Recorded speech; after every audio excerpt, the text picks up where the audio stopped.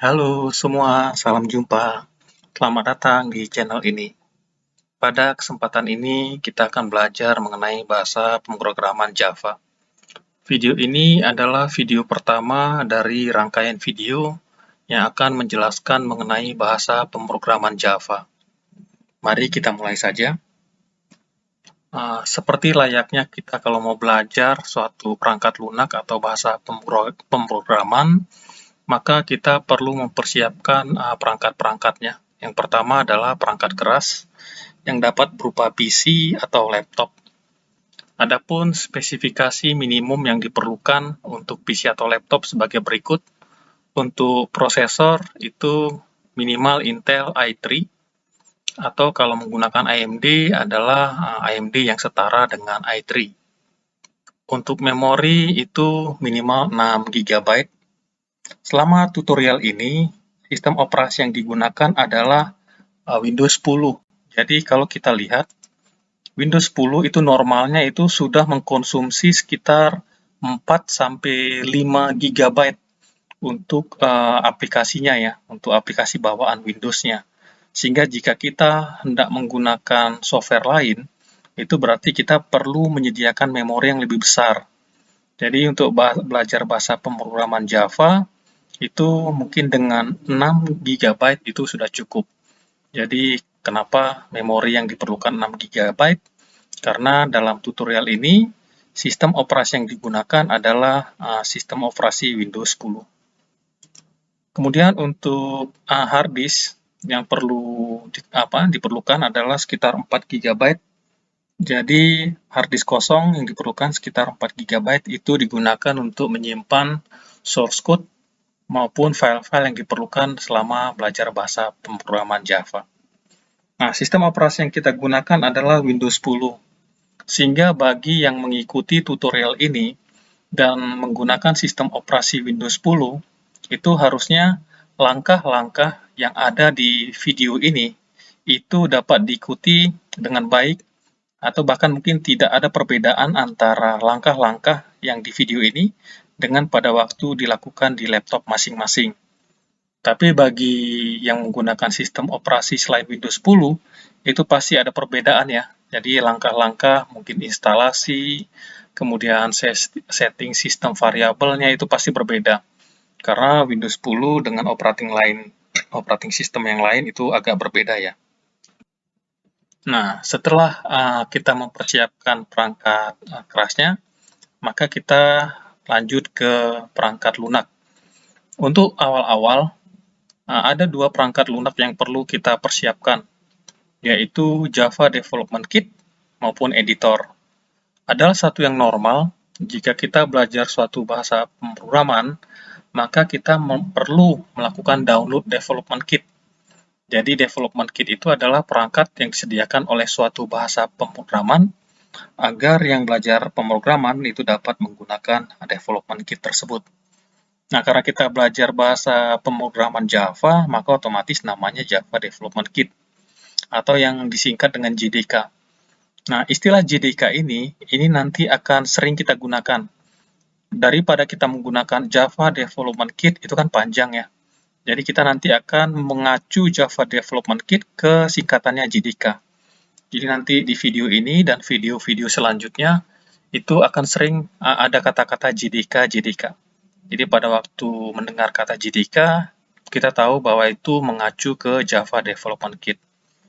Java JDK yang kita gunakan itu adalah OpenJDK versi 17. Dan itu dapat kita download di situsnya di adoptium.net.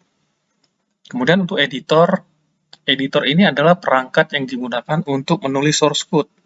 Jadi dalam bahasa pemrograman, source code adalah sesuatu yang vital. Jadi apapun yang kita buat itu pasti mengacu ke source code.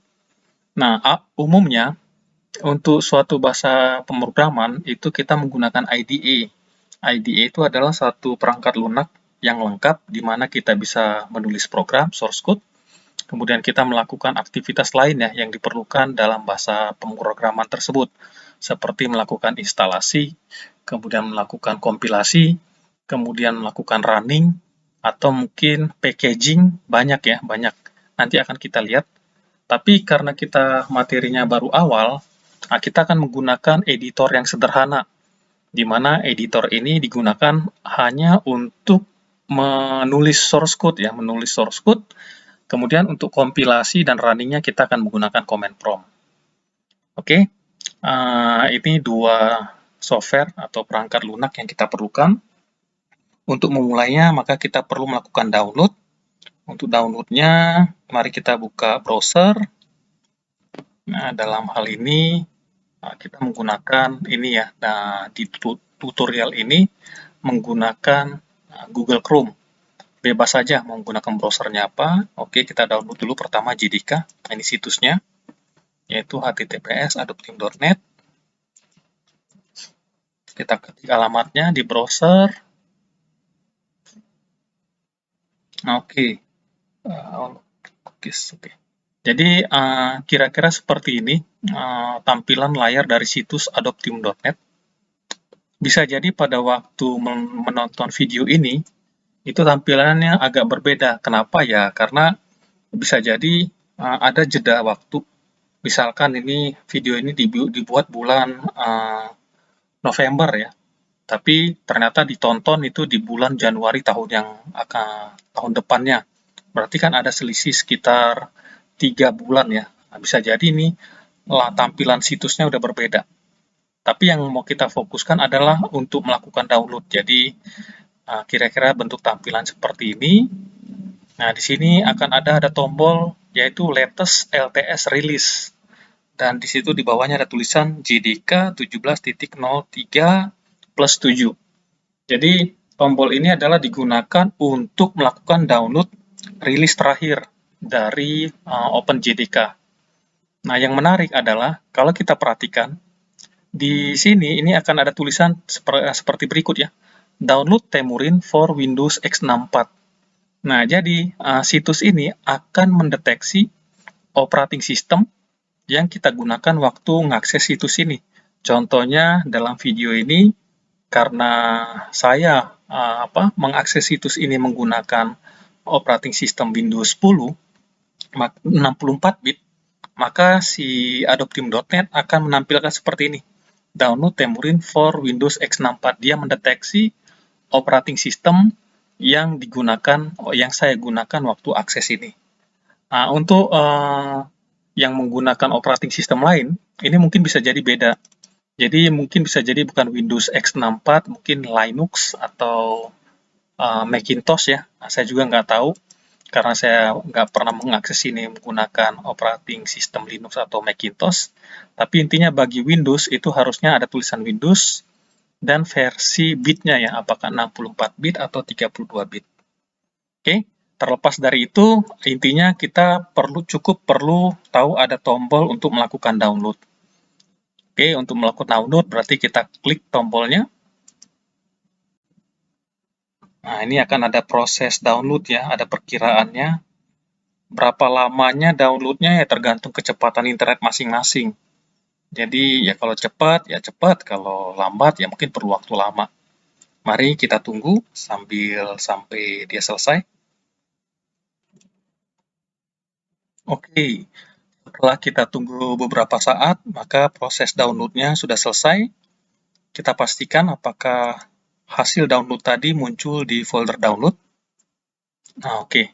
Jadi umumnya, normalnya, itu kalau Windows, versinya Windows lah ya, baik itu Windows 10 atau Windows apapun, dia akan menyimpan hasil download itu normalnya di sini. Users, nama users yang digunakan untuk login, contohnya saya SA Training, dan di folder downloads. Jadi contohnya installer yang tadi kita install udah muncul di folder download, itu artinya proses download kita udah selesai. Nah, setelah kita berhasil melakukan download JDK, Java Development Kit di adopteam.net, berikutnya kita mau coba download Notepad++. Ini alamatnya, situsnya. Mari kita sama seperti tadi, dari browser, kita ketik alamatnya.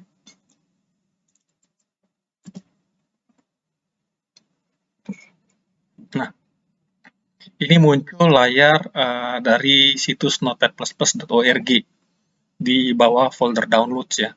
Nah, ternyata ini ada beberapa versi dari yang dapat kita download. Oke. Nah, seperti biasa, kita akan coba download versi yang terakhir. Kalau kita lihat versi yang terakhir adalah Notepad++ 8.4.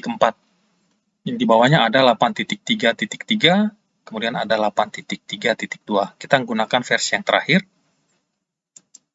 Kita klik itunya, linknya. Kemudian, nah, sama seperti di Adoptium tadi, di sini di situs ini, kita ditampilkan dua pilihan, apakah mau melakukan download untuk 64 bit atau yang 32 bit. Nah, karena laptop yang digunakan di tutorial ini menggunakan 64 bit, maka kita akan melakukan download. Tapi masing-masing bebas ya. Jadi yang mengikuti video ini, jika memang laptop yang digunakan atau PC yang digunakan operating sistemnya 32 bit, ya silakan download yang ini. Tapi jika 64 bit, silakan yang atas. Nah, ini juga ada beberapa pilihan, apakah installer, portable, mini portable. Ya, kita pilih yang paling atas saja ya. Jadi yang installer. Nah, ini proses downloadnya. Oh, karena ukurannya kecil nih, cepat nih, langsung selesai ya. Sama seperti tadi, mari kita cek apakah downloadnya berhasil. Oh iya, jadi ini udah berhasil. Jadi kita lihat ini udah muncul ya Notepad++ installernya. Oke. Nah, setelah kita berhasil melakukan download, aktivitas kita berikutnya adalah kita coba melakukan instalasi. Jadi yang pertama coba kita install adalah JDK, yaitu Java Development Kit. Nah, mari kita balik ke folder download. Jadi untuk cara installnya, bagi yang sudah terbiasa dengan Windows, harusnya sama ya, sederhana. Aktivitas atau kegiatan untuk melakukan install dari satu software di Windows itu cukup dengan double klik atau ya klik 2 kali di installernya. Jadi contohnya kita mau install JDK, ya udah file installernya kita klik 2 kali. Nah, jadi kira-kira seperti ini. Nah, akan muncul dialog ini ya, wizard untuk melakukan instalasi. Itu umum. Jadi biasanya software-software yang di Windows itu ada dialog wizard-nya. Oke, pertama ini ada tulisan welcome. Oke, kita iyain aja, kita tekan tombol next. Nah, di sini muncul layar yang kedua, dialognya. Nah, kalau kita lihat, ini ada seperti struktur tree ya. Struktur tree, di mana parent-nya adalah JDK with hotspot. Kemudian di bawahnya ada sekitar 4 folder. Masing-masing ada add to pad, associate.jar, set Java home variable, Java soft, Oracle registry keys. Nah, di mana dua tree yang pertama ini bentuknya seperti ini, dan dua tree yang terakhir ini bentuknya ada tanda silang warna merah. Nah, ini perlu kita rubah. Jadi untuk yang kedua terakhir ini perlu kita rubah, kita klik. Nah, kita pilih opsi yang pertama itu will be installed on local hard drive. Nah, sehingga nanti tanda silangnya itu akan berubah ya, sama seperti yang di atasnya. Berikut juga yang terakhir, nah, kita ubah, kita pilih will be installed on local hard drive. Oke, jadi harusnya empat-empatnya mirip seperti ini. Jadi nggak ada yang tanda silang. Oke, kemudian kita balik lagi ke sini. Nah, untuk yang ini, parent-nya, yang atas ini, dia akan ada informasi location. Location ini adalah indikator atau informasi di folder mana nanti JDK yang kita install itu akan diinstall ya. Jadi ini contohnya bahwa JDK nanti akan diinstall di sini di drive C, program files, Eclipse Adoptium, JDK baru versinya. Ini versinya 17.0.3.7 minus hotspot. Nah, apakah harus sama seperti ini? Tergantung. Bisa jadi pada waktu masing-masing menonton video ini, bisa jadi versi JDK yang terbaru itu bukan 17.0.3.7. Jadi apapun itu, walaupun berbeda, itu tenang aja. Silakan aja diikutin petunjuknya. Harusnya sih mungkin nggak jauh beda ya dengan seperti ini. Jadi kita biarkan lokasinya, lokasi default, baru yang tadi yang perlu diingat ini kita rubah tadi. Setelah kita lihat settingnya dan kita rubah tadi yang 2 ini dari X menjadi seperti ini, kita lanjut tekan tombol next. Kemudian dia ada sekitar konfirmasi ya, apakah yakin untuk melakukan install atau mau balik lagi. Karena kita udah yakin, ya mari kita tekan tombol install.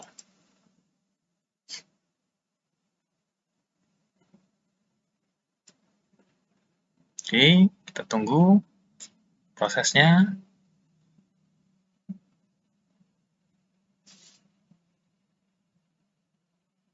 Lumayan lama ini. Oke. Akan ada muncul, ini biasa ini di Windows, mungkin Windows versi 8 ya. Jadi setiap kita mau melakukan instalasi, itu ada user account control. Nah, intinya konfirmasi terakhir, apakah benar kita mau melakukan install. Kalau kita yakin, ya kita tekan tombol yes ya. Karena kita yakin, kita tekan tombol yes. Nah, maka proses instalasinya akan berlangsung. Kita tunggu saja. Ini perlu waktu beberapa saat. Setelah proses instalasinya berhasil, akan muncul dialog konfirmasi ya, informasi bahwa proses instalasinya berhasil. Oke, kita tekan tombol finish. Nah, kalau kita ingat tadi, lokasi installnya adalah di C Program Files, Eclipse Adoptium, kemudian JDK-version. Nah, kenapa saya nggak tulis versinya? Karena ini beda-beda. Jadi contohnya yang barusan kita install itu versi ini. Versi kita lihat coba ya. Kita lihat. Tadi di foldernya adalah di C.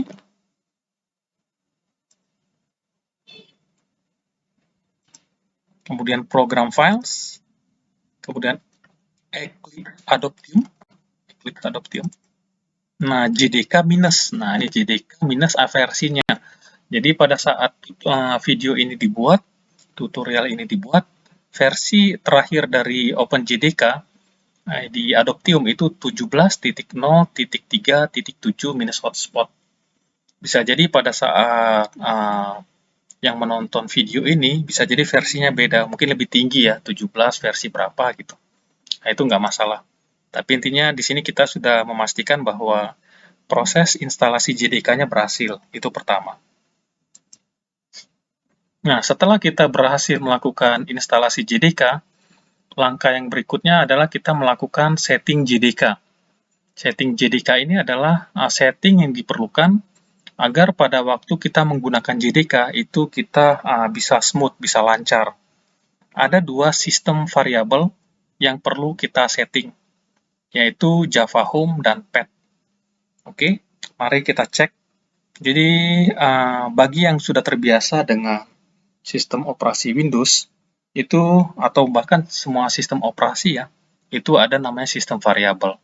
Sistem variabel itu digunakan untuk banyak kepentingan. Nah, tapi karena kita fokus ke bahasa pemrograman Java, maka kita fokus hanya ke sistem variabel yang digunakan oleh JDK. Oke, untuk memeriksa setting JDK tersebut, kita menggunakan command prompt. Jadi dari bagian search kita ketik cmd, maka akan muncul ini ya, command prompt app. Kita klik aja. Nah, akan muncul seperti ini.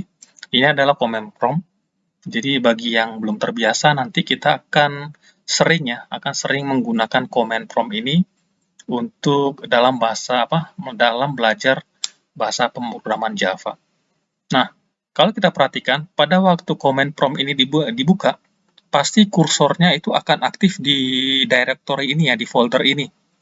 C users SA training. Ini masing-masing beda. Karena pada waktu saya login ke Windows 10, saya menggunakan user SA training, sehingga namanya SA training. Tapi contohnya kalau bagi yang lain login dengan nama misalkan Joko, maka nanti akan munculnya adalah C users Joko. Jadi ini bebas ya, ini bisa jadi nggak sama.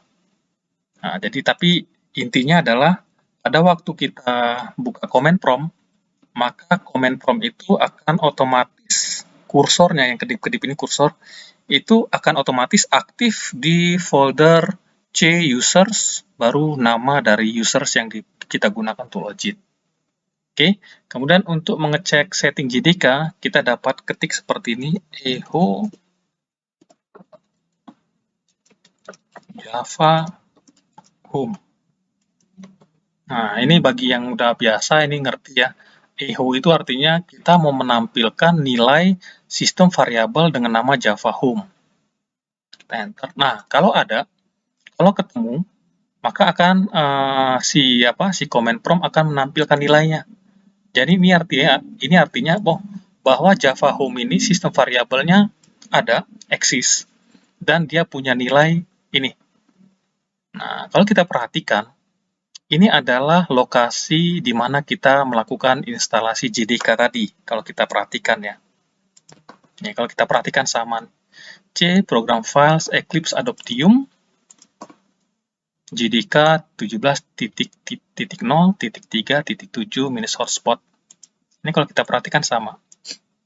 Jadi memang Java Home itu adalah sistem variabel yang kita gunakan untuk menyimpan lokasi Java JDK.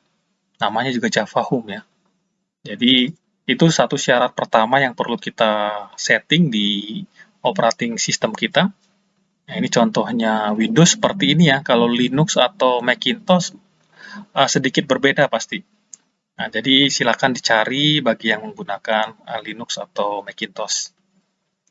Oke, setelah kita lihat bahwa sistem variabel Java Home eksis atau ada dan nilainya sesuai, yaitu adalah lokasi dari JDK kita install tadi, maka itu berarti setting Java Home kita udah cocok ya, udah sesuai. Berikutnya kita akan melakukan pemeriksaan ke sistem variabel path. Caranya sama, kita klik seperti ini, kita ketik. Nah, jadi sama.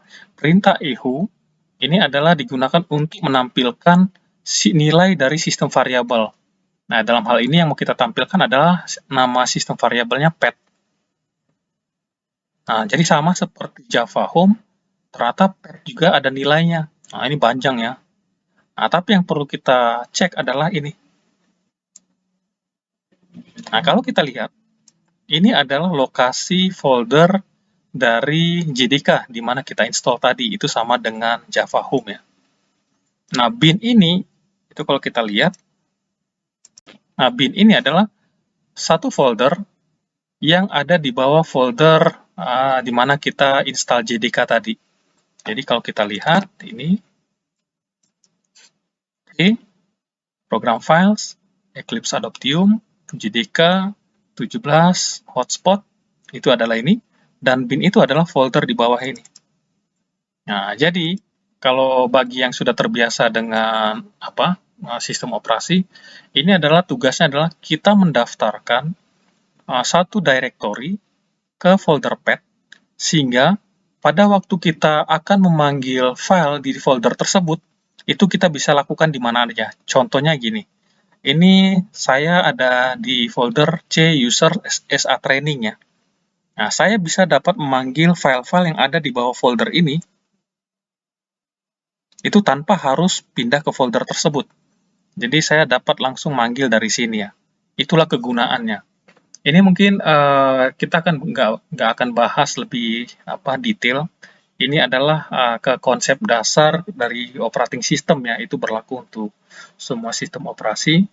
Artinya, jika kita mendaftarkan satu folder ke sistem variabel path, maka file-file yang ada di bawah folder tersebut itu dapat dipanggil dari mana aja. Contohnya artinya, di sini kita mendaftarkan folder C, program file, Eclipse, Adoptium, JDK, -17, hotspot, bin. Itu artinya, jika kita mau memanggil file-file yang ada di sini, itu kita dapat lakukan dari folder mana aja ya. Mau dari C users, mau dari C, mau dari apalah ya, mau dari apapun ya bisa. Itu maksudnya. Itu adalah pengetahuan dasar dari sistem operasi. Nah, itu kita tidak akan bahas detail di sini. Jadi Itu tujuannya kita perlu melakukan setting Java Home untuk menentukan lokasi folder JDK. Yang kedua adalah kita menambahkan, sorry, mana tadi? Oh, ketutup. Kedua adalah kita menambahkan lokasi folder bin yang ada di bawah folder ini, folder JDK, itu ke pad. Sehingga jika kita akan memanggil file-file yang ada di folder bin ini, kita dapat lakukan di mana aja. Nanti akan kita lihat. Nah, itulah dua aktivitas setting JDK yang perlu kita lakukan. Dan kita sudah lihat, itu sudah berhasil ya. Java Home-nya ada dan memiliki nilai. Itu satu. Yang ini. Kemudian kita juga lihat apakah pad dari folder bin dari JDK itu sudah didaftarkan di pad ya. Itu juga udah kita lihat. Oke. Nah, setelah kita berhasil melakukan itu, oke, kita bisa menggunakan perintah berikut ya. Kita dapat menggunakan perintah Java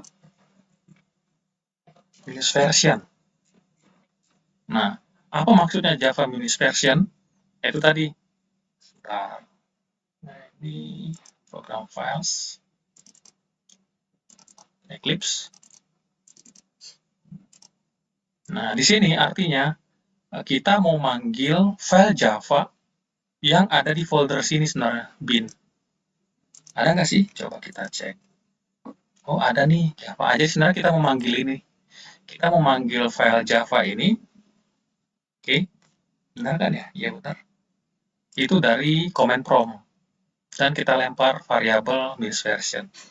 Apa ya tujuannya? Mari kita lihat.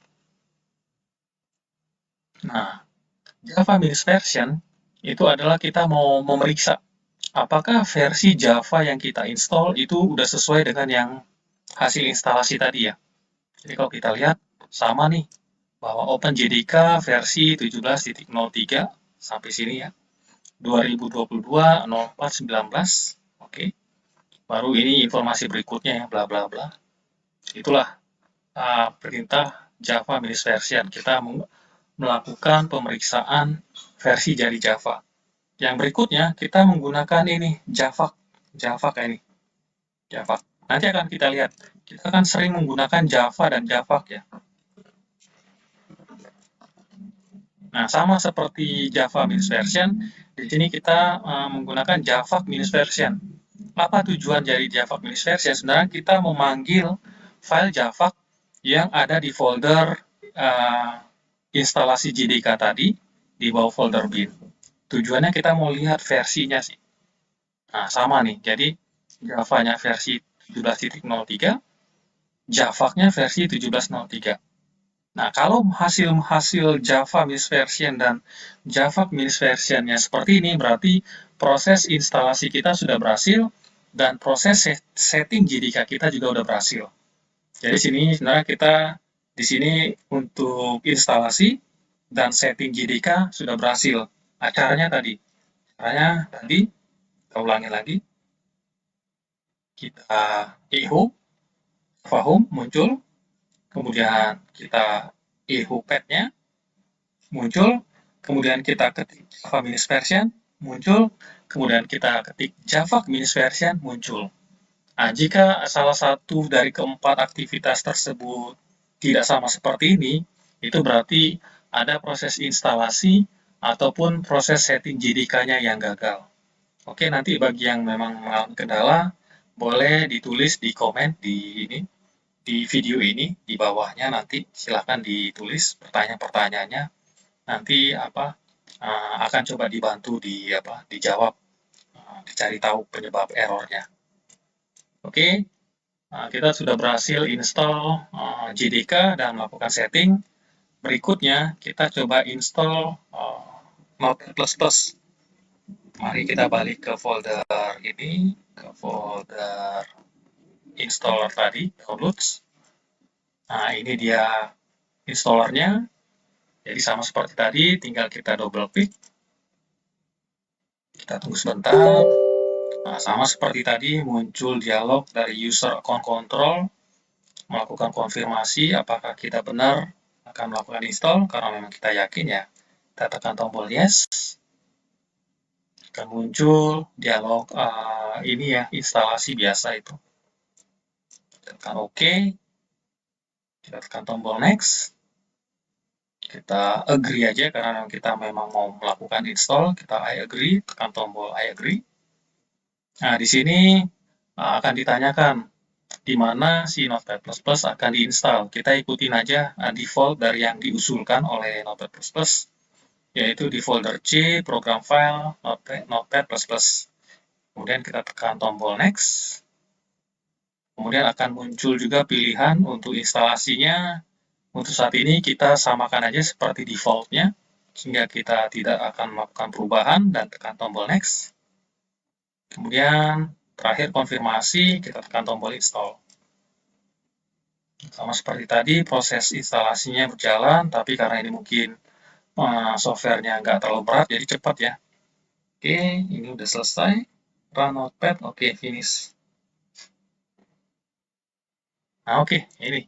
Jadi, untuk memastikan bahwa Notepad++ kita sudah berhasil, pada saat akhir instalasi tadi, ada konfirmasi ya, apakah akan di-running atau enggak, kita pilih yes. Nah, langsung dijalankan nih Notepad++-nya. Dan ini ada, kira-kira tampilannya seperti ini lah ya. Nah, inilah Notepad++ yang akan kita gunakan untuk menulis source code. Oke. Nah, kita sudah berhasil melakukan instalasi software-software atau perangkat lunak yang kita perlukan. Nah, berikutnya kita akan coba menulis source code. Jadi, source code adalah inti dari bahasa pemrograman. Jadi, kalau kita belajar bahasa pemrograman apapun, kita akan pasti menulis source code ya. Nah, cuman bedanya source code satu dengan source code lainnya itu beda di sintaks, baru beda di akhiran file ya, beda di akhiran file. Nanti kita akan lihat. Pertama, untuk menulis source code, sebelum menulis source code, kita perlu membuat project folder. Jadi, project folder, mari kita lihat. Dalam video ini, saya menggunakan folder D, Workspace, SA Training, Java Console. Oke, kita lihat.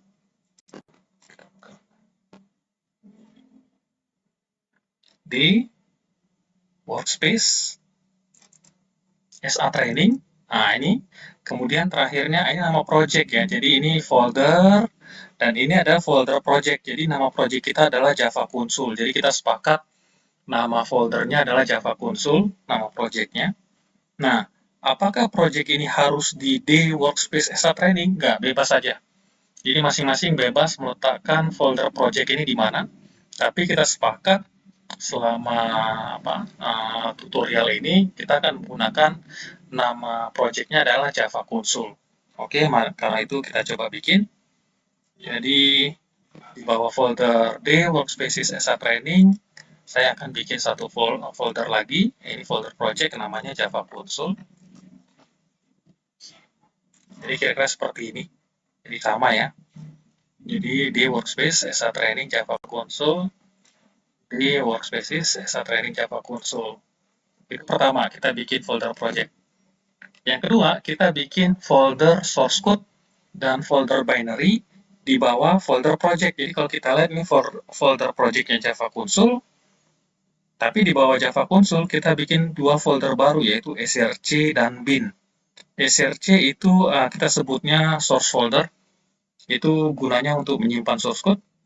Kemudian bin itu adalah binary folder yang akan digunakan untuk menyimpan file hasil compile. Kita akan lihat nanti. Oke, mari kita buat dua folder berikut. Jadi di bawah folder Java Console, kita bikin dua folder baru. Pertama adalah folder untuk menyimpan source code namanya src. Kemudian folder untuk menyimpan binary class, itu kita sebutnya build. Jadi kira-kira struktur project kita gini, ini nama projectnya Java Console. Di bawah Java Console itu ada folder source, src, dan folder bin, binary. Nah, ini kita udah lakukan. Nah, berikutnya adalah kita coba menulis satu source code ya. Nah, untuk menulis source code, kita akan menggunakan Notepad++. Karena itu, mari kita buka Notepad++. Tadi sudah ada ya. Oke, ini. Kemudian kita akan coba menulis satu source code yang baru. Nah, kita coba bikin satu source code sederhana. Jadi di sini kita bikin satu kelas namanya welcome. Oke, kira-kira strukturnya seperti ini. Nah, seperti bahasa pemrograman lain atau apapun file, itu untuk Java, file itu perlu disimpan dengan extension Java. Ya, jadi setiap kelas yang kita bikin, setiap source code yang kita bikin, itu perlu disimpan dalam physics file.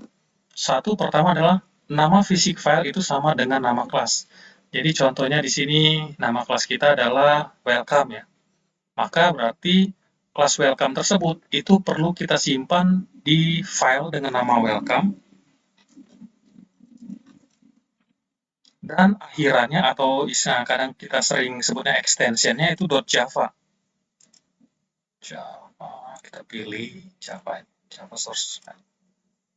Oke, jadi ini. Jadi pertama adalah yang perlu kita pastikan adalah dan yang perlu kita mengerti, jika kita membuat satu kelas, maka kelas tersebut perlu disimpan dalam satu physics file, di mana nama physics file ini adalah sama dengan nama kelas. Jadi karena ini kelasnya welcome, maka physics file-nya disimpan dengan welcome. Dan huruf kecil besarnya sama persis. Jadi ini W besar, maka di sini W besar. Nah, tapi bedanya adalah kalau kelas itu nggak ada akhirannya, karena physics file itu ada akhirannya .java. Jadi gitu. Jadi itu aturannya. Karena itu mari kita simpan. Oh, sorry. Nah, folder yang kita gunakan adalah folder tadi ya. Folder yang kita gunakan adalah folder tadi. Yaitu workspaces SA Training Java Console. Jadi kita perlu mengarahkan ke ini workspaces SA Training Java Console. Nah, inilah folder project kita. Jadi file welcome yang tadi kita buat ini, itu perlu kita simpan di project kita. Project kita apa namanya? Java Console. Nah, tapi di bawah folder console itu kan ada dua folder, bin dan src, di mana itu disimpan. Seperti penjelasan tadi, source code itu disimpan di src. Jadi source folder itu adalah folder src. Jadi file dari kelas tersebut itu kita simpan di src. Jadi kita masuk lagi, kita simpan. Oke, jadi kelas welcome kita simpan dalam physics file nama welcome.java dan lokasinya ada di ini folder project kita dan di bawah folder src. Nah, jadi kita udah lihat bahwa inilah ya, ini perlu kita pahami. Jadi selama belajar atau mengikuti tutorial ini, kita akan mengikuti kesepakatan tersebut. Nama project kita Java Console, dan setiap source code yang kita simpan itu kita simpan di src. Sehingga kelas baru yang kita simpan tadi, itu kita simpan di folder src. Oke, nah itulah. Itu untuk cara penulisan dan menyimpan file source code di Java. Nah, langkah berikutnya adalah kita coba running ya, kita coba compile dulu. Kita compile, kemudian kita running untuk tahu apa sih sebenarnya tujuan dari kelas ini. Tapi sebenarnya tujuan kelas ini sederhana, hanya akan menampilkan tulisan Welcome to Java Programming Language. Karena kita mau belajar awal, kita belum belajar yang rumit-rumit, jadi kita belajar yang simple. Kita untuk memastikan bahwa kita sudah berhasil membuat satu program sederhana, kita bikin program untuk menampilkan tulisan Welcome to Java Programming Language. Oke, mari kita balik ke ini, ke command prompt. Kita ulang ya, kita tutup, kita buka command prompt. Nah, seperti tadi, secara otomatis kursor yang aktif itu akan berada di folder users dan user yang kita gunakan untuk login. Nah, karena saya menggunakan user SA Training, maka kursornya akan berada di SA Training. Nah, Yang perlu diingat, untuk melakukan kompilasi di Java, ini masih awal-awal, kita menggunakan command prompt, maka kita perlu mengarahkan kursor ini itu ke folder project kita. Jadi ini kan user yang aktif, kursor yang aktif ada di C users ESA training. Nah, tapi kursor ini perlu kita arahkan ke folder project kita. Di mana itu ya ini? Di D workspaces SA training Java console. Jadi kita perlu mengarahkan kursor ini ke folder project, yaitu D workspaces SA training Java console. Untuk melakukannya, ini mungkin bagi yang sudah terbiasa, harusnya ini adalah pengetahuan dasar ya dari sistem operasi. Pertama kita lihat ini drive-nya adalah C, sedangkan drive di sini adalah D. Di Windows kalau untuk pindah drive itu kita cukup menuliskan drive-nya.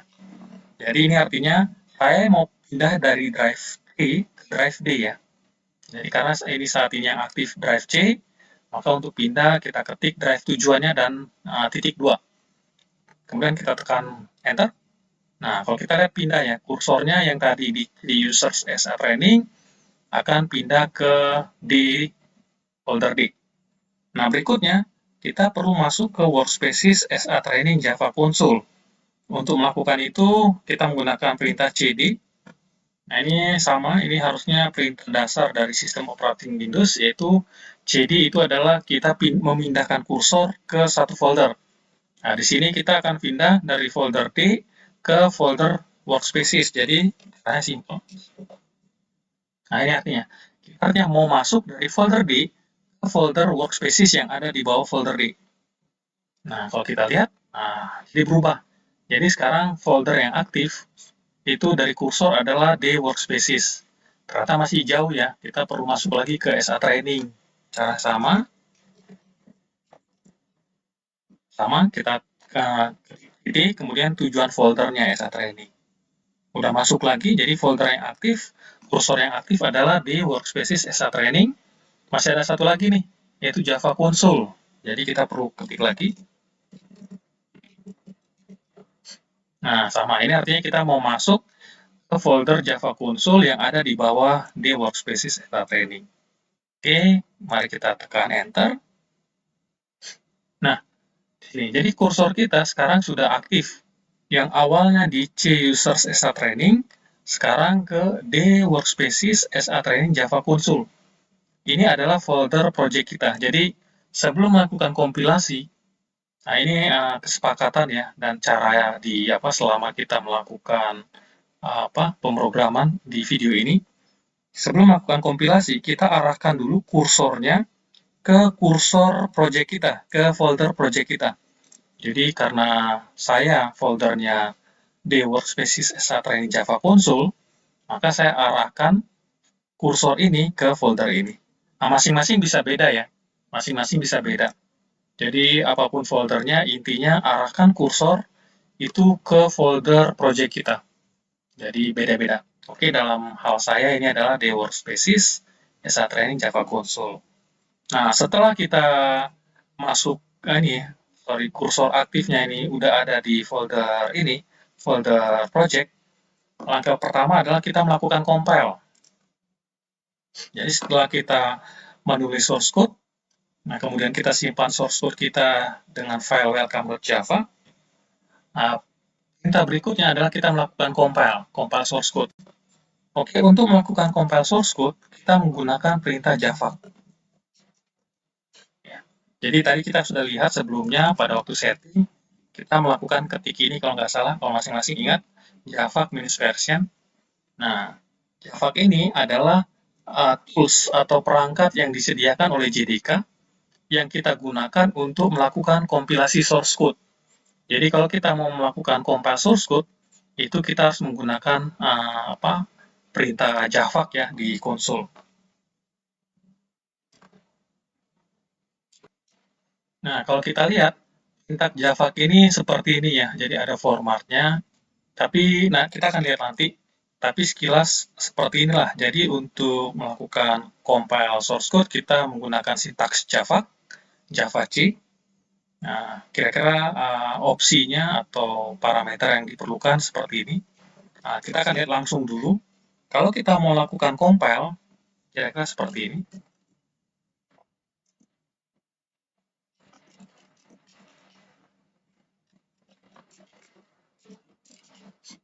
Nah, jadi ini adalah kira-kira gini, Java C, tolong compile file welcome.java. Di mana tuh file welcome.java-nya? Ada di folder src. Pertanyaan berikutnya, src-nya di mana? Nah, src-nya adalah di bawah folder kursor yang aktif. Kursor yang aktif ada di sini. Jadi selalu kita ingat kenapa tadi kita perlu mengarahkan kursor ke folder project kita. Jadi ini kira-kira katanya, tolong compile file welcome.java yang ada di folder ini. Di workspaces SA training java console.src.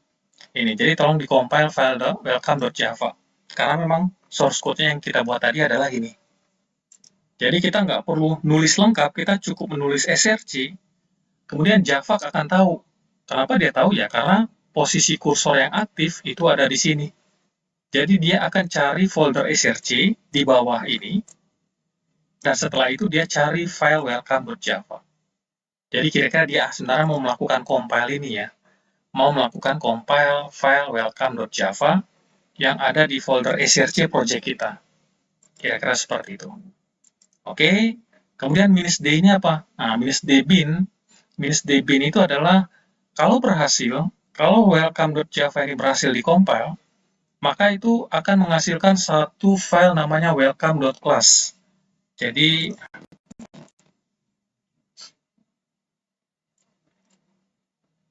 kalau kita punya satu file source code welcome.java, kemudian jika berhasil dikompil, itu nanti akan menghasilkan welcome.class. Oke, nah perintah -d ini adalah memberikan instruksi kepada Java, jika berhasil, welcome.java ini berhasil dikompil, maka letakkan hasil compile-nya itu di folder bin. Pertanyaan berikutnya sama, folder bin yang di mana? Yang ada di bawah folder ini.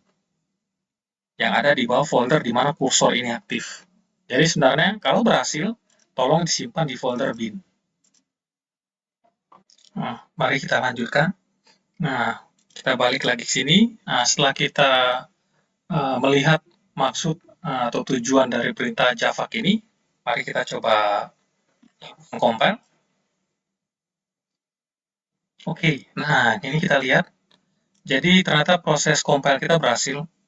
Jika proses compile kita berhasil, itu di konsol seperti tidak terjadi apa-apa ya.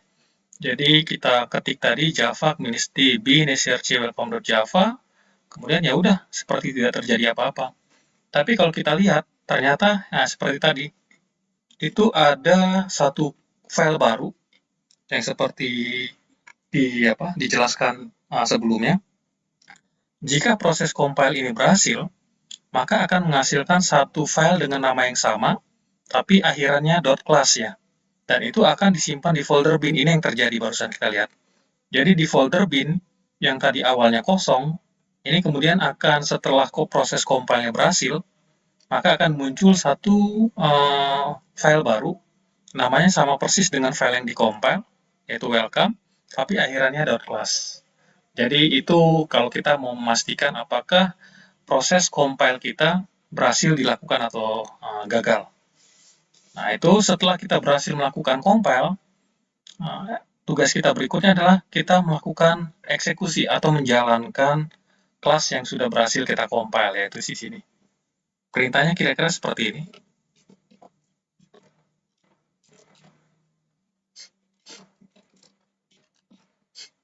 Nah, ini perintah Java -cp bin welcome, ini kira-kira seperti ini artinya. Silakan jalankan file welcome.class. Jadi walaupun kita nggak nulis .class, tapi sebenarnya JDK tahu. Pada waktu kita nulis welcome ini, JDK akan mencari file welcome, di mana dia akan cari di sini. Ini -cp. -cp ini adalah memberitahukan JDK bahwa tolong cari file welcome ini di folder bin. Folder bin yang mana? Ya folder bin di bawah folder Java Console. Kenapa nyari situ? Karena kursor yang aktif kita ada di sini. Ya, jadi seperti itu. Jadi, si JDK akan mencari file welcome.class, walaupun kita nggak nulis .class, tapi dia akan otomatis mencari .class, welcome.class, yang ada di folder bin, yang ada di bawah folder D workspaces ESA training Java Console. Jadi sebenarnya JDK akan mencari file welcome.class, yaitu ini, yang ada di bawah folder workspaces ESA training Java Console bin. Oke, kira-kira seperti itu. Kita klik enter. Nah, jadi kalau kita lihat hasilnya, muncul tulisan Welcome to Java Programming Language. Nah, ini sama seperti source code yang kita buat ya. Jadi, source code yang kita buat itu, kelas yang kita buat, itu sederhana. Fungsinya menampilkan tulisan ke konsol. Ini kita sering sebutnya konsol. Command prompt, konsol, terminal. Kalau kita menggunakan operating system Linux atau Macintosh, ini mungkin disebut terminal ya. Tapi kalau secara umum kita sebutnya konsol. Di Windows kita pakai command prompt, di Linux atau Macintosh kita gunakan terminal. Jadi program atau kelas yang barusan kita buat itu sederhana, hanya menampilkan tulisan Welcome to Java Programming Language. Yang muncul. Oke, jadi kita sudah berhasil. Jadi sampai saat ini kita sudah berhasil melakukan membuat suatu source code sederhana, kemudian kita melakukan kompilasi, compile, kemudian kita melakukan eksekusi, running, dan kita melihat hasilnya. Oke. Jadi kira-kira gitu. Jadi aktivitas yang akan kita lakukan dalam belajar bahasa pemrograman Java, itu kita akan sangat sering ya melakukan Java, compile, dan running, karena memang itu tujuannya. Tapi karena memang kita masih menggunakan Notepad++, sehingga proses menulis source code dan melakukan compile dan running itu dilakukan di dua tempat yang berbeda ya. Nulis source code di Notepad++, melakukan compile dan running dilakukan di konsol, di command prompt. Tapi kalau nanti kita menggunakan IDE, yaitu kita lakukan di satu tempat ya, yaitu di IDE-nya sendiri. Nah, kita akan lihat nanti. Oke, mari kita lihat kelas yang kita bikin. Jadi, kira-kira penulisan dari source code Java itu seperti ini. Jadi, ada public, baru kemudian kelas, baru ada nama kelas. Jadi, contohnya kita membuat satu kelas dengan nama welcome. Nah, satu kelas, ya ini harus disimpan dalam satu fisik file dengan nama yang sama persis, yaitu welcome, dan memiliki akhiran java.java. Jadi kelas welcome itu harus disimpan, harus disimpan fisik filenya dengan nama welcome dan akhirannya Java. Oke, kesepakatannya kita akan simpan itu di folder src, di bawah folder project kita. Itu kesepakatannya. Nah, kemudian yang kita lakukan berikutnya adalah ternyata di dalam kelas yang kita buat itu ada satu metode ya. Ini namanya metode. Nah, metode itu namanya public static void main. Nah, itu akan kita kenal namanya sebagai entry point ya. Jadi, public static void main itu adalah entry point. Apa maksudnya? Adalah metode yang akan dijalankan pada waktu satu kelas itu di running. Jadi, kalau kita lihat, kita melakukan compile di sini. Itu tujuannya adalah kita akan menghasilkan file .class. Tapi pada waktu kita melakukan execute dengan menggunakan perintah Java, maka itu artinya kita melakukan execute untuk welcome.class, dan pada waktu itu di-execute, maka JDK akan mencari metode. JDK akan mencari metode yang namanya public static void main. Ya. Jadi JDK akan mencari public static void main. Jadi ini disebutnya entry point. Satu kelas baru dapat dijalankan jika kelas tersebut memiliki metode ini. Public static void main dan parameternya seperti ini. Sama persis ya, harus sama persis. Oke, mungkin kita coba lihat untuk memastikan apa yang terjadi jika kita bikin metodenya itu nggak sama seperti ini. Contohnya main 1 ya. Kita rubah.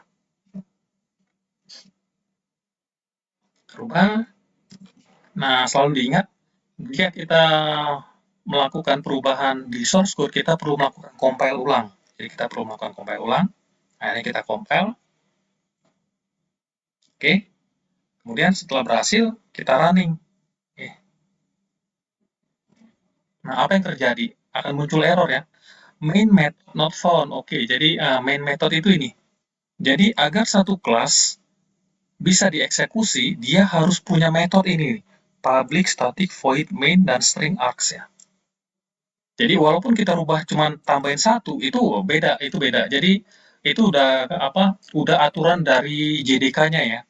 Jadi jika kita mau membuat satu kelas dan kelas tersebut dapat di-running, dapat dijalankan, maka di dalam kelas tersebut harus ada metode namanya public, static, void, main. Public static void main itu kadang disebut dengan nama main method atau kadang disebut juga dengan entry point. Penulisannya harus sama persis ya ini. Penulisannya harus sama persis, public static void main. Huruf besar kecilnya juga sama.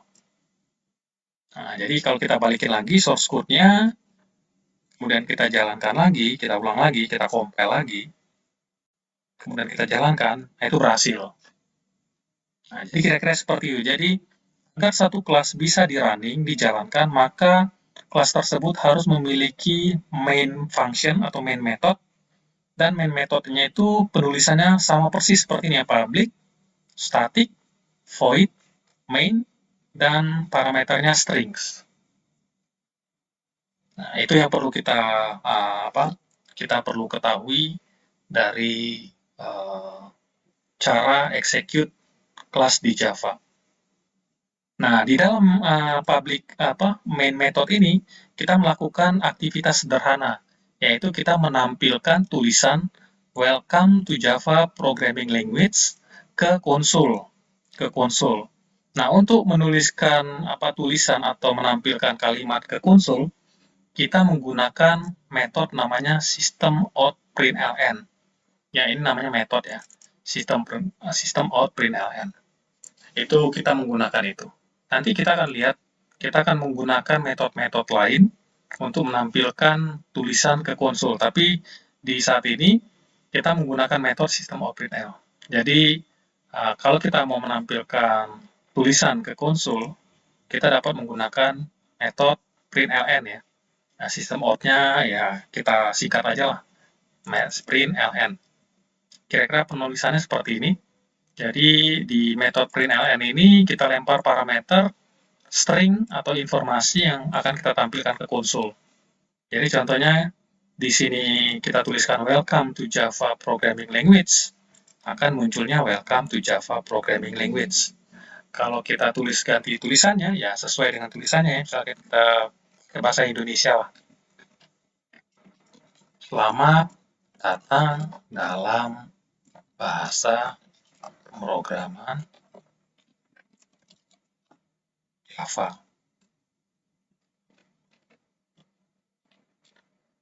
Pemrograman. Nah, ya, kita simpan, compile seperti biasa.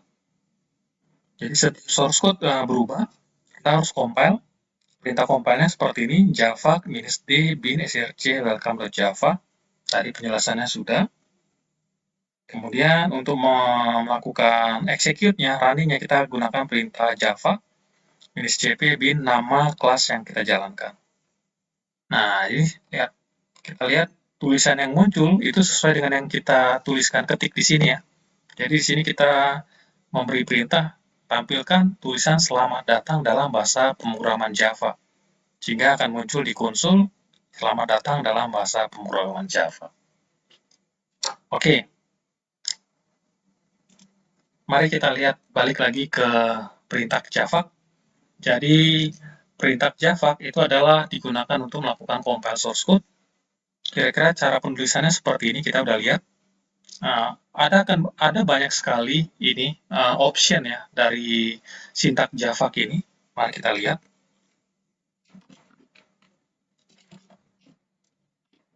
Nah, kalau kita lihat itu sangat banyak option ya, sangat banyak option dari perintah Java ini. Tapi untuk keperluan kita untuk melakukan kompilasi, kita hanya perlu memerlukan ini.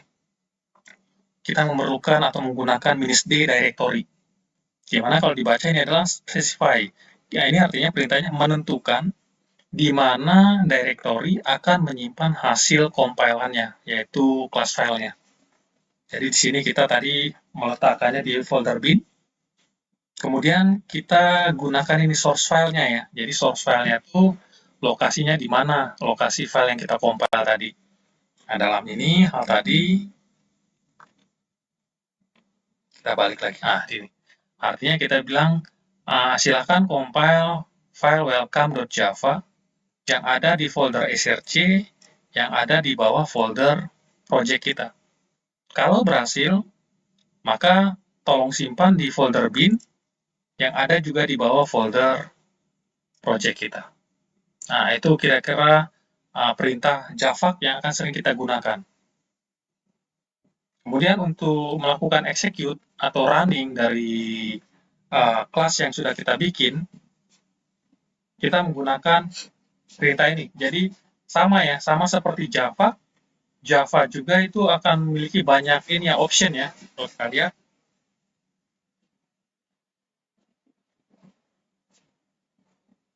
Nah, sama seperti Java, Java juga akan memiliki banyak option ya, banyak option. Tapi dalam hal ini kita menggunakan -classpath atau -cp ya. Ini sama dua ini. Jadi -cp dan -classpath itu tujuannya sama. Tujuannya untuk memberitahu kepada JDK di mana folder yang akan menyimpan hasil compile-nya ya. Jadi -cp sama -classpath itu sama. Oke. Jadi memberitahu di mana folder tempat file compile-nya itu, hasil compile-nya itu berada. Dalam hal ini kita menggunakan bin. Jadi ini. Jadi kita menggunakan ini tadi Java -cp bin welcome. Artinya kita memberitahu JDK tolong jalankan welcome.class. Jadi kita nggak perlu nulis .class ya. Cukup seperti ini. Yang ada di folder bin. Folder bin yang di mana? Yang ada di bawah folder di workspaces SA Training Java Console, yaitu folder project kita. Nah, jadi kira-kira gitu penjelasan mengenai compile dan execute running binary class. Nah, mari kita lihat beberapa catatan dari apa yang sudah kita pelajari sampai sejauh ini. Pertama adalah seperti yang kita pelajari tadi, source code Java itu akan disimpan dengan physics file dengan extension .java. Oke. Dalam file source code itu harus ada satu primary class. Nah, jadi ini. Jadi dalam source code Java itu harus ada satu primary class ya. Akan sangat jarang. Tapi umumnya kebanyakan itu satu kelas itu satu physics file itu hanya terdiri dari satu kelas, dan itu namanya main class ya. Walaupun ada beberapa kasus dan memungkinkan kita menulis beberapa kelas dalam satu physics file. Tapi kita akan jarang menggunakan itu, walaupun bisa jadi. Tapi kemungkinan dalam training ini kita belum menggunakan itu. Jadi yang ketiga adalah struktur kelas dimulai dan diakhiri dengan kurung kurawal. Jadi kalau kita lihat kelas kita, nah ini akan berlaku untuk semua ini ya, source code Java ya. Satu kelas itu dimulai dengan buka kurung kurawal dan diakhiri dengan tutup kurung kurawal. Nah, ini mungkin kita sudah pelajari di SMA ya atau SMP ya. Itu ini sebutannya kurung kurawal ya. Kurung kurawal. Jadi biar kita sama-sama ini sepaham. Jadi satu kelas itu akan dimulai dengan buka kurung kurawal dan diakhiri dengan tutup kurung kurawal. Dan di dalam inilah nanti dia ada metode-metode ya. Nah, contohnya saat ini kita masih menggunakan satu metode, yaitu main method atau entry point public static void main. Kemudian agar satu kelas dapat dijalankan atau di running, maka di dalam kelas harus ada metode main. Nah, jadi kita udah lihat tadi bahwa satu kelas itu harus memiliki metode ini ya, sama persis ya, public static void main, agar dapat dijalankan. Kalau kelas tersebut, kelas welcome tadi sudah kita lihat, nggak memiliki metode ini, maka nggak bisa dijalankan. Oke, format metode main adalah public static void main string ya, ini jadi formatnya. Jadi ini disebutnya metode main ya. Metode main juga disebut sebagai entry point. Jadi kalau mungkin coba cari-cari info di ini di internet gitu ya, kemudian lihat-lihat, baca-baca di bisa website atau situs tertentu, ada kata-kata entry point itu sebenarnya mengacu ke ini, ke metode public static void main ya. Nah, sama seperti kelas. Jadi sama seperti kelas, itu metode pun itu akan dimulai dengan buka kurung kurawal dan diakhiri dengan tutup kurung kurawal. Jadi metode juga kira-kira seperti itu. Jadi dimulai dengan buka kurung kurawal dan diakhiri dengan tutup kurung kurawal. File source code yang berhasil dikompil akan menghasilkan binary file, yaitu file dengan extension .class. Jadi kita sudah lihat tadi, jika kita berhasil melakukan compile welcome.java yang ada di folder src, maka nanti akan menghasilkan satu file dengan nama yang sama, yaitu welcome, tapi akhirannya class, dan diletakkan di folder bin. Kita sudah lihat, file yang bisa dijalankan atau di running adalah binary file extension.class. Jadi pada waktu kita melakukan running, nah seperti ini. Nah, pada waktu kita sebut namanya, ini sebenarnya mengacu ke file.class ya, yang ini, welcome.class. Nah, di sini kita memberitahu lokasinya ada di folder bin. Jadi yang bisa di running adalah file dengan extension .class. Untuk menampilkan tulisan di layar, biasa disebut output terminal, kita menggunakan perintah sistem outprint atau println ya. Jadi source code kita menggunakan println, tapi juga bisa menggunakan printf ya, printf. Kita lihat, printf juga bisa. Kita compile dulu, kemudian kita running. Jadi sama. Jadi kalau kita lihat antara print dan ln itu sama ya, sama-sama tujuannya untuk menampilkan tulisan ke konsol. Jadi untuk menampilkan tulisan di layar, biasa disebut output terminal atau konsol, kita menggunakan sistem outprint. Terakhir, kita juga sudah melihat bagaimana cara kerja execute atau running satu kelas di Java. Nah, sebelumnya kita sudah lihat untuk melakukan running atau execute satu kelas di Java, kita menggunakan perintah Java. Jadi apa yang terjadi pada saat kita melakukan perintah ini, kira-kira seperti ini. Jadi pada waktu kita menuliskan Java -jv bin welcome, maka JDK akan mencari file welcome yang ada di folder bin yang ada di bawah folder ini. Jadi JDK akan mencari di bawah folder bin, di bawah folder D workspaces SA Training Java Console. Jadi JDK akan menemukan mencari file di bawah folder ini yang namanya welcome. Nah, karena kebetulan di folder ini ada file dengan nama welcome.class, maka ini yang di running. Ini akan dijalankan. Nah, berikutnya detailnya, pada waktu ini dijalankan, apa yang terjadi? Maka JDK akan mencari apakah di kelas welcome itu terdapat main method ya. Apakah terdapat metode dengan nama public static void main dan parameternya string. Jika ketemu, maka isi dari metode tersebut yang akan dijalankan. Tapi, jika tidak ketemu, akan muncul error. Jadi, kira-kira seperti itu gambaran apa yang terjadi pada waktu kita melakukan eksekusi satu kelas dengan menggunakan perintah Java. Oke, sampai saat ini kita sudah belajar mulai dari instalasi atau pemasangan JDK, kemudian kita melakukan setting JDK yang ada hubungannya dengan sistem variabel. Kita juga sudah mencoba melakukan compile source code. Pertama kita membuat source code dulu, dan kita melakukan compile source code dengan menggunakan perintah Java. Kalau berhasil, kemudian kita execute atau jalankan kelas kita dengan perintah Java, dan kemudian kita sudah melihat kelas sederhana yang kita buat itu berhasil dan menghasilkan satu tulisan selamat datang dalam bahasa pemrograman Java, atau sebelumnya itu welcome to Java Programming Language. Untuk itu materi atau tutorial mengenai pengenalan bahasa Java sudah selesai.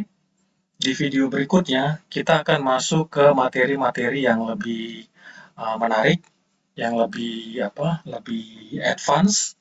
Kita akan belajar banyak mengenai aspek-aspek yang perlu kita pelajari dan kita ketahui dalam bahasa pemrograman Java. Jika ada pertanyaan dari materi yang ada di video ini, di tutorial ini, silakan tuliskan komen. Nanti akan coba dibantu dengan diberikan jawaban sesuai dengan pertanyaan. Kalau gitu, kita akhiri video tutorial ini. Terima kasih atas atensinya. Kita ketemu lagi di video berikutnya. Sampai jumpa.